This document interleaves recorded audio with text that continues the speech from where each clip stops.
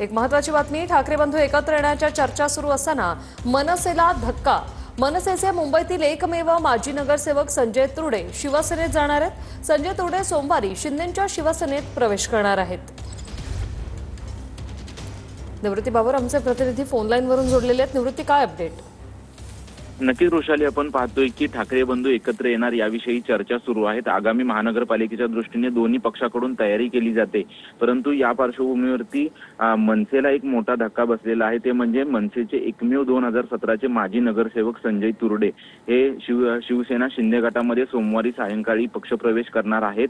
आपल्याला माहिती आहे की 2017 साली मनसेच्या एकूण 7 नगरसेवक जे आहेत ते निवडून आले होते। त्यापैकी 6 नगरसेवक जे आहेत ते शिवसेना ठाकरे गटाने त्यावेळेस फोडले होते, आपल्या पक्षामध्ये त्यांना विलीन केलं होतं आणि त्यानंतर एकमेव नगरसेवक जे आहेत ते संजय तुरडे हे एकमेव होते।